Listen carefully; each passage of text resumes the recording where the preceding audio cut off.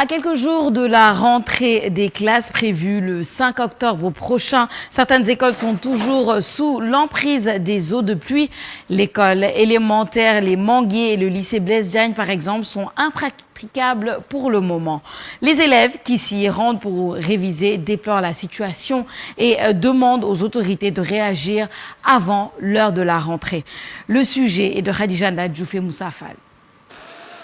ci CM Manguier ndoxu taw bi bëri fa lool ba tàmbalee sax soppi melukaan ngir dox sax jëm fenn ci biir l'école bi faw rek nga daldi xuus ci ndox mi ci wetu bërëb yi ñuy jàngale li nga xam ne moo di këru gardien bi nekk fa moom mi bëggul fësal ay kàddoom ci suñu micro waaye xamle na ni ndox mi taa ci l'école yi jotu la dugg ci biir classe yi ba ñu jógee ci école Manguier ñu jëm ca lycée Blaise Diagne fii la nag la situation bi gënee métti ndax ndox bi ñu fekk ci buntu école bi mooy dugg ba ci biir classe yi waaye itam ci bureau administratif yi ci ab bërëbu jàngekaay bu ñu fekk fii ñu fekk fa ñaari élèves ñu toog di réviser ñoom ñi di mettitlu bu baax melokaanu bërëb bi jamono ji pour dugg ci école bi rek problème la moo tax xam naa sama camarade yu bëri ñëwuñu tey parce que dañoo waroon tase fii pour réviser. De chercher un moyen pour que l'eau se dégage d'ici parce que l'état d'eau ça entraîne beaucoup de problèmes. ndax l'école yi dinañ mën a tijji seen buntu bu yàlla ji continuer di taw lii lee di jamono ji ab laaj bi nga xam ni mi ngi ci bopp ndongo yi. mais ça peut constituer un handicap pour la reprise des cours. l'école yi war a tijji seen buntu ñaari fan ci weeru octobre ci enseignants yi weer boobee su amee juróomi fan ci élèves yi waaye nag taw bi tax jamono ji école yu bari nekk ci situation bu doy waar soo sàgganee sax mu nar a am njeexital ci li nga xam ni moo di tijjite l'école yi. Khadija Ndadjouf maa ngi lay nuyu di la dalal ci plateau bi. Sophia Ba di nuyu Cheikh Hassana di nuyu ñuy seetaan di kontaanat rek di ñëwaat fii nii di jàkkaarloog yow. C'est toujours un plaisir en tout cas Khadija qui est en rouge aujourd'hui yaa def rouge bordeaux nii hein. Waa gis nga. De la tête aux pieds. Ouais. Du rouge sur la tête mais pas sur les yeux quand même. Un peu hein. J'ai mis des lentilles. Tu as mis des lentilles. T'as pas vu? D'accord Khadija. Mais Khadija di rafetlu ce sujet bi nga xamante ni c'est un sujet d'actualité te bëgg naa wax sax c'est un sujet persistant hein, parce que chaque année on a l'impression que c'est le même problème. Maanaam da ngay bàyyi une semaine de la rentrée des classes day tombé ci nawet bi et toujours c'est la même chose boo demoon di def reportage chaque année même reportage bi ngay def parce que tu as l'impression que les choses ne bougent pas tu as l'impression que à chaque fois nawet bi day bette rentrée bi day bette et pourtant c'est toujours le même moment dans l'année ñu gis ni la situation ne bouge pas daal. Gis nga biñ demee ci école yi gis nga ni état bi ñu fekkee école yi boo ko gisee ci reportage bi di nga gis ni c'est vraiment impraticable doo sax xalaat ni dans moins de 15 jours dina école yi lay dina dalal ay ndongo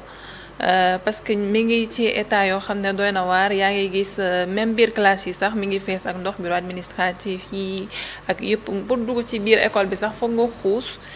loolu noonu ñu ne la moom école boobu moo war a recevoir ay élèves am dans quelques jours xam nga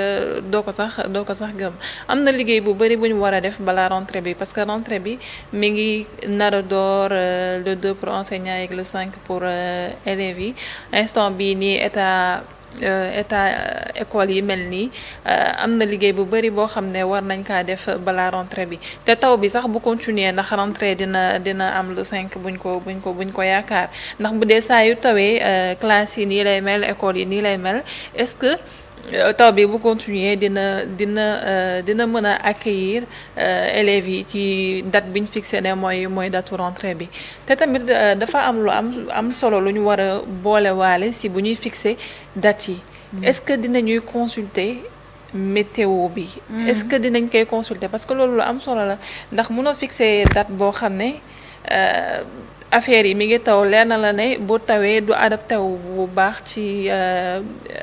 fonctionnement affaire yi parce que école yi day taaw ak yooyu noonu yépp xam nga loolu tamit foog ñuy bàyyi xel ci ban date exactement la ñuy fixer rentrée bi ngir bu rentrée bi ñëwee yenn jafe-jafe yi yu bëri yi nii ñu bañ ko di si amaale. te li nga wax ni sax j'allais dire la même chose tout à l'heure, c'est que taw yi jeexagul, on est toujours en saison des pluies, on sera en saison des pluies jusqu'à fin septembre, peut-être même début octobre. Souvent les dernières pluies tombent en octobre te fi mu ne nii mi ngi nii état wu école yaa ngi nii man xaw ma ndax date bi dañu war a changer wala xaw ma ndax finalement on doit juste trouver une solution d'assainissement à ces établissements yi nga xamante ni chaque année ils vivent le même calvaire, parce que rentrée moom c'est toujours au même moment, Cheikh Hassana, c'est toujours au mois d'octobre, et malheureusement le gis mooy on repousse la date de la rentrée, souvent on repousse, les élèves di jël retard à chaque fois, programme bi di jël retard, etc. C'est toujours la même chose. Man mënuma comprendre ni ba léegi mënuñu ci am solution. C'est comme si c'était une fatalité en fait, Hassana, au final. Bon, on a dit que Sénégal ubbi tey jàng tey la ñu bëgg, mais bon finalement c'est presque jamais possible. Et la raison elle est simple, c'est parce que nguur boo xam ne da nga bëgg développer sa éducation doo jël 1% ci sa budget national, plus de 7000 milliards nga jël mel na nga ni 1000 milliards wala 1 milliard wala 10 millions rek laa ci jël ne moom laa ciy dugal. C'est assez peu quand même en termes de budget bi xam ne moom la ñuy jël te ko jox éducation, te éducation dañoo yem yaakaar na ci classe yi la rek, waaye ci cours bi rek la li xam ne moom la ñuy jàngal, mais cadre bi day tax nit ki sawar ne damay ñëw jàng ci ou pas. su fekkee ne nag dañuy bàyyi chaque fois école yi soo ñëwee vacances rek quelquefois pour ceux qui vont faire des cours de vacances c'est assez difficile d'entrer dans les établissements. Yenn saa yi dañ koy squatter, mairie yi dañ koy jël squatter ko pour lan, pour ñi xam ne dañoo nekk ci ay kër yu inondé. Yenn saa yi ñu jël ko mujj ko bàyyi noonu, air bi di fa nekk, bàyyi may di fa nekk. On a vu ce qui s'est passé au lycée Maurice Delafosse ak yeneen mbir yoo xam ne nekkul lu gën. Donc finalement à la limite c'est comme si ñun école dañu wax ne 9 mois yi xam ne moom la ñuy jàng rek la, yeneen 3 mois yi xam ne moom mooy nekk pour les vacances, bon on laisse comme ça, on ne met pas de moyens, alors que jàng 12 mois sur 12 la, pour ne pas dire même c'est durant toute l'année, amul vacances, ñi am période bi ñeneen di vacances, am na ñeneen ñoo xam ne dañuy bëgg te soxla école yi. Il faut que ñu yokkaat budget bi xam ne moom la ñu jàpp ne moom mooy pour éducation nationale. Suñ ko yokkul du ñu mën a sàmm école bi ci nu mu waree, du ñu mën a toppatoo école bi ci nu mu waree. Et quand on voit que école yi yenn saa yi da nga fay gis ay herbis, ay ndox yuy taa, ay classe yoo xam ne da nga fay dugg gis algues yi nu muy feeñee ci mur yi. Am na wayjur yoo xam ne du ñu am mbégte ti wax ne non man sama doom dama koy ñëw ti ko yóbbu ci école bi, damay bàyyi ba heure boo xam ne leer na ma ne wow na, leer na ma ne école ba defar nañ ko, nga doogaati ko jël ndànk yóbbu ko, même su fekkee quelquefois day obligé recopier ay cours, mais tu te dis wér-gu-yaramam moo ma gënal muy dem ci classe boo xam ne après problème rek la ciy jóge. Non problème rek la fay jóge, parce qu'il y a un problème de sécurité, et ça on va y revenir tout à l'heure. Dinañ jël exemple bi li nga xamante ni moo xam lycée Maurice Delafosse, c'était on en a parlé lundi dernier seulement, donc il y a un vrai problème de sécurité. Ma ñëwaat ci chiffres yi par rapport au budget même de l'éducation, wax nañ ko waxati ko. L'éducation c'est un vecteur de développement pour tout un pays. Bu fekkente ni dëkk dafa bëgg développer, il faut que mu investir ci éducation, sinon c'est juste pas possible. Et en 2019, 79,3% des dépenses étaient consacrées à la masse salariale dans l'éducation et 17% aux autres dépenses de fonctionnement et seulement 2,6% aux investissements. 2,6% aux investissements. Bu fekkente ni on veut améliorer les conditions éducative des enfants, il faut que ñu augmenter pourcentage boobu tout simplement. Ñu ngi ko doon wax il y a quelques mois aussi, je me rappelle, avec fii professeur Mbaye Thiam, ñu décortiquer justement le budget de l'éducation ak lu ñu alloué à tel domaine, à tel domaine, et lui en tant que professionnel de l'éducation daf la doon expliquer ni il y a un vrai problème. Tu as des écoles qui n'ont pas d'assainissement, tu as des écoles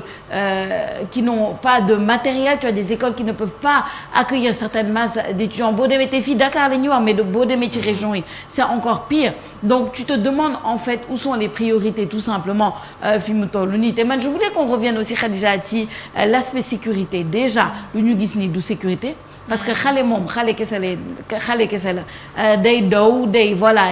quand les élèves sont dans les écoles c'est pas possible de les contrôler à un certain moment donc seen environnement bi su setul su amul sécurité il y a un vrai problème et ce qu'on a vu là c'est pas sécuritaire mën na indi ay feebar parce qu'on sait que les eaux stagnantes il y a tout et n'importe quoi à l'intérieur ay feebar yu dul jeex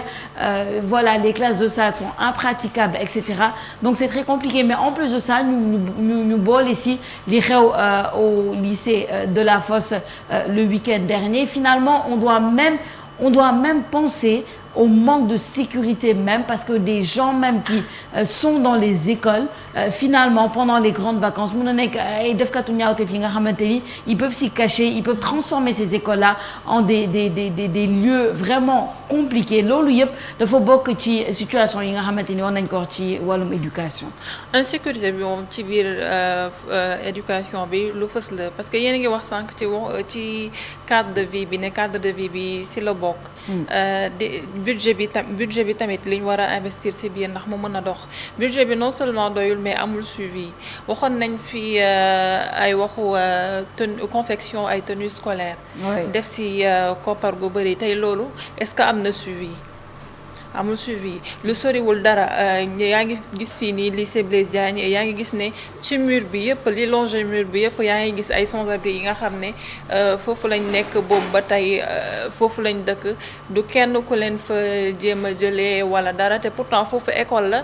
te loolu warul mën a bokk ci cadre de vie école. ñi ngi ci rentrée bi kenn jéemul dara ci ñoom boobu ba tey yàgg nañ fa def nañ fa xanaa at bu ko ëppul. foofu noonu la ñuy defee seen yëpp ak ci biir école bi ni mel ni instant bi du dara luñ ci jéem xam nga loolu du cadre de vie boo xam ne adéquat na ak cadre de vie wu établissement donc am na lu bari loo xam ne war nañ ci jug tey gën a investir gën a fulaal li nga xam ne moo jëm ci njàng meeg njàngale mi parce que lu am solo la parce que moo nekk lenn li nga xam ne mooy former ñi nga xam ne ñoo war a jiite réew mi ëllëg donc lu ñu war a gën a jox gëdd la. c'est important et bu fekkente ni fi mu ne nii avec ces conditions là Hassana benn parent bu ne man du ma yóbbu sama doom mu jàng ci conditions yi est-ce qu'on peut lui reprocher mu téye doomam këram bañ ko yóbbu ci conditions yi on peut pas le lui reprocher parce que lii sa xel du dal en fait maanaam en tant que parent bu fekkente ni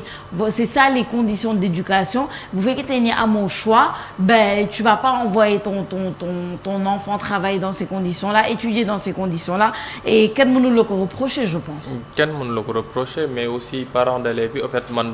li ma leen di reprocher lu ci ëpp rek mooy nañu association. am association nationale boo xam ne moom moo ëmb parents d'élèves yi. du mbirum période grève wala yeneen rek lañ leen war ci dégg mais dañ leen di war ci dégg ci yenn saa yi nag dinañ am ay rencontres yoo xam ne dañ koy amal ak préfecture gouverneur suñuy waajal rentrée bi mais. point yi dañ ko war ci gën ci débattre ci ko gën ci wax parce que budget de fonctionnement bi xam ne moom ngeen doon wax sànq. Sénégal noonu la demee en fait budget yi ñu fiy dégg yu ci ëpp budget yi ci ëpp du dem budget investissement mais budget fonctionnement lay mujjee maanaam fonctionnement mooy li ñuy fay salarié yi li xam ne moom la ñuy jëndee oto moom la ñuy jëndee leneen ak leneen mais en tant que tel investissement bi ci war pour éducation bi mën a jaar yoon dañ ko ci dul def te investissement bi bokk na ci. yokk table banc yu baax. école yi da ngay dem ba léegi li xam ne man ba may nekk xale doon ko jàngee noonu ngay gisee ay table banc yoo xam ne c'est désuète ak yenn saa yoo xam ne 3 wala 2 personnes dañuy tàncaloo pour mën cee toog correctement ngay dugg ci classe yi tableau yi li yàlla xam doy na doo ngay ñëw ci biir classe yenn saa yi du ñu am sax fenêtre bu baax boo xam ne mën nañu wax ne noonu ñi mur école yi yenn yi daanu yeneen yi en fait nawet rek la ñuy gën di xool école mais école normalement sax biir année scolaire yenn saa yi da ngay dem ci yenn bërëb bi ñun la non fii mënuñu fee jàng classe bi parce que da ngay gis jaan ba fay dugg on rappelle tous lycée de Pikine xewoon na fa mur ba daanu ñu wax ne la jaan yi dafay jógee parce que fay suñu ginnaaw ay ñaxa fa nekk donc environnement établissement scolaire lu ñu war a defar la je prends l'exemple d'une chose boo xam ne lu ñàkk fayda lañu ko ni di jàppee muy lu jëm ci toilette école yu bëri jigéen ñi amuñu fu ñu demee wanag góor ñi amuñu fu ñu demee wanag pourquoi parce que douche nañ koy bàyyee li yàlla xam doy na soo fa yóbboon mala sax peut-être du fa bëgg dem defal lu mu fay def leneen serviette hygiénique c'est un plaidoyer boo xam ne on le dit depuis fort longtemps serviette hygiénique ci biir école yi dañ yaakaar ne amu fa njëriñ mais am na ay gone yoo xam ne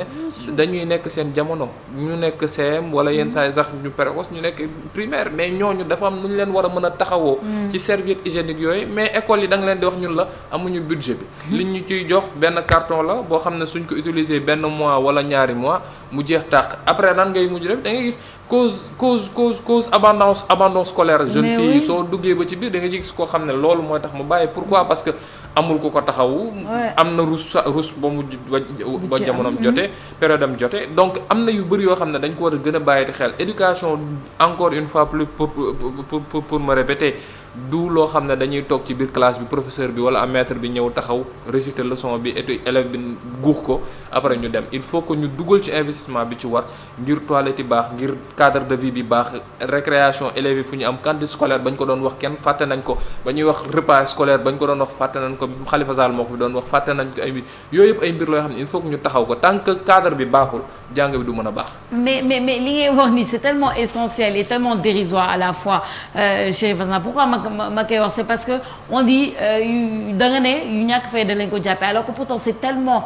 important et tellement essentiel mais c'est que c'est le B à bas moo tax ñu koy nii parce que ça ne doit même pas être malheureusement un sujet de discussion dafa nekk loo xamante ni ça va du bon sens. C'est une question d'hygiène tout simplement les toilettes dans les écoles mooy loolu des fois jeunes filles yu bëri comme ni ko Assane wax dañuy bàyyi justement si tu vas dans certaines régions sax du ñu mën a dem école pourquoi parce que les conditions ne sont pas réunies les conditions d'hygiène ne sont pas réunies les conditions de sécurité parce qu'il y va de la sécurité sanitaire aussi de la jeune fille loolu yëpp nga xamante ni ce sont des combats yi nga xamante ni c'est tellement le B à bas te ça fait mal de voir que ñu ngi ci loolu ba léegi fi mu ne nii ce sont des choses nga xamante ni waroon nañ ko dépasser quand on parle d'un pays on parle de gaz et de pétrole au Sénégal et à côté on parle de problèmes d'hygiène dans les écoles mais est-ce que gis nga contraste bi comment c'est dérisoire et comment c'est illogique même que certains problèmes ne soient pas réglés et je pense que voilà on en parle et c'est pas à 15 jours comme ni nga ko waxee c'est pas à 15 jours de la rentrée scolaire que tous ces problèmes-là doivent être réglés c'est bien avant c'est un problème systémique te wax nga ko tamit du nawet kese les conditions dans les écoles c'est toute l'année parce que l'année scolaire c'est 9 mois c'est pas seulement ci nawet bi j'aimerais saluer aussi Khadija ñaari élèves yi nga xamante ni fekk nga leen foofu pourquoi parce que malgré tout ñoom dañoo dem je pense pour faire des cours de vacances c'est bien ça pour préparer li nga xam ne moo di section octobre bi parce que léegi mu ñëw mais gis nga condition bi ñu fekkee école bi nee nañ pour dugg sax ci biir école bi problème la ba pare sax nag manquement yi am ci biir école ci biir enseignement bi dafa bëri samedi bee passé yaa ngi gis syndicat yi woote woon nañ li nga xam ne moo di conférence de presse ci foofu wax nañ ci li nga xam ne moo di déficit enseignant yu am ci jamono ji nga xam ne léegi école ci ji matatul weer matatul ay fan kese ci des ñuy wax ay déficit d'enseignants ay abri provisoire ci Sénégal bi ñu nekk franchement lu ñu warul woon xaar instant bii la comme li nga ko wax sànq waroon nañ dépasser fii. non c'est clair on en est toujours là déficit enseignant et cetera te comme si dafa mel ni sax ñooñu amuñu motivation mais je salue franchement ces élèves là ces deux élèves là ñu dem fa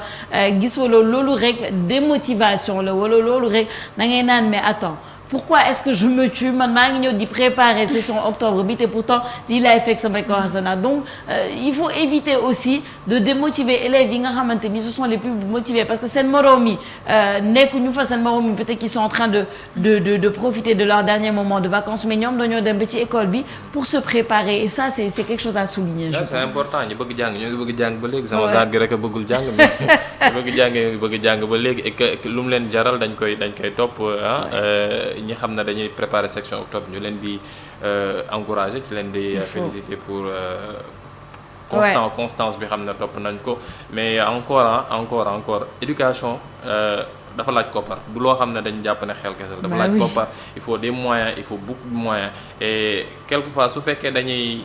bañ yenn mbir yi ci am c'est pas de faire de la publicité mais am na ay initiative jeunes yoo xam ne am nañ fi je pense que tu as entendu parler de mooy Tim Ninci bi xam ne ñoo ngi doon wër ils font dans le crowdfunding la ñuy wax voilà ils font dans le crowdfunding participation ku nekk 100 francs 200 1000 francs 3000 table banc ñu réfectionné ko à moindre coût école yi ñu dugg fa xaw ma Dakar fii kenn xamul ñaata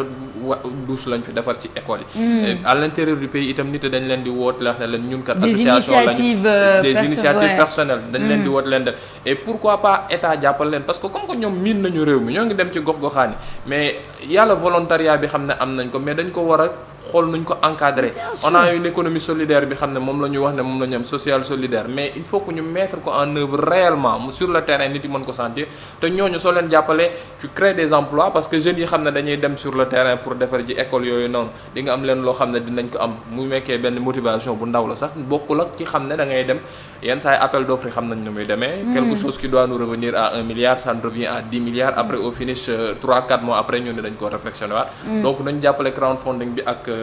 genre action sociale yi xam ne ay jeunes comme les équipes de Team Ninchi et d'autres le font dans le pays. Et c'est même pas état pourquoi pas mu jàppale c'est que état daf leen war a jàppale souvent on nous dit vous pouvez pas tout attendre de l'état mais am na initiative comme tu l'as dit et c'est bien de les saluer yi nga xamante ni ñoom ils y vont d'eux-mêmes di réfectionner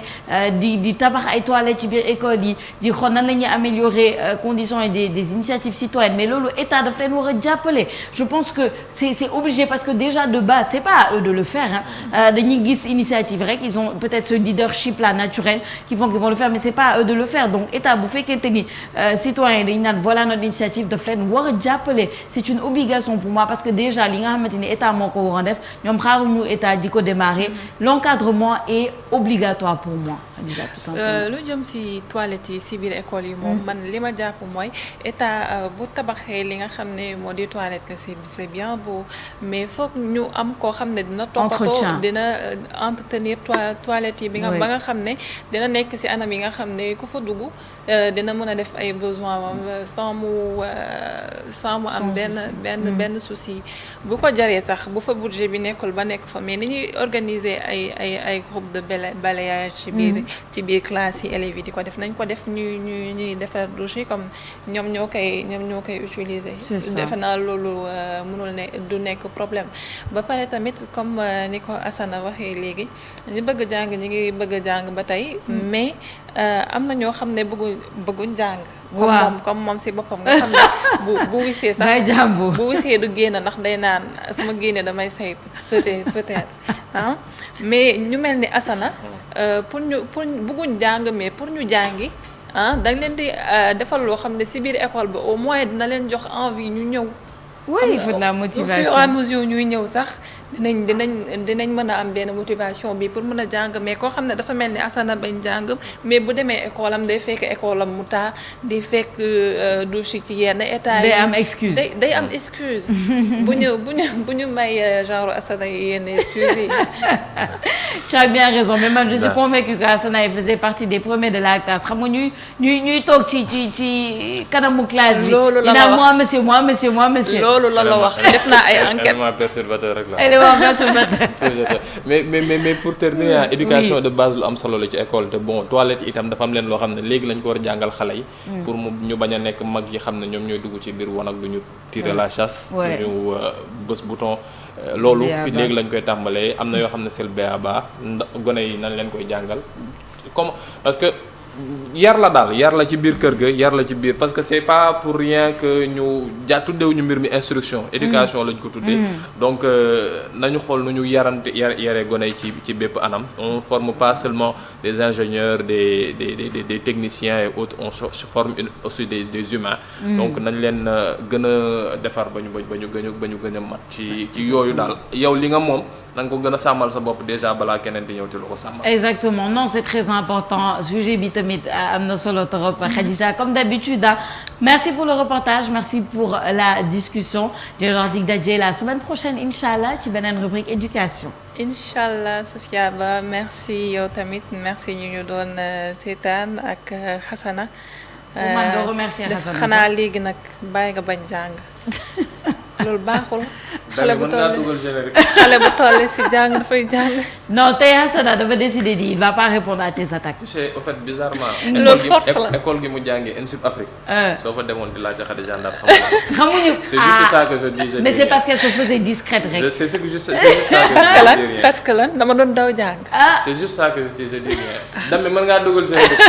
daw ma jàng jot na. Khadija, merci beaucoup. Hassana, on te retrouve tout de suite dans la deuxième partie de votre matinale Toc Toc Sénégal, juste après cette petite bande-annonce.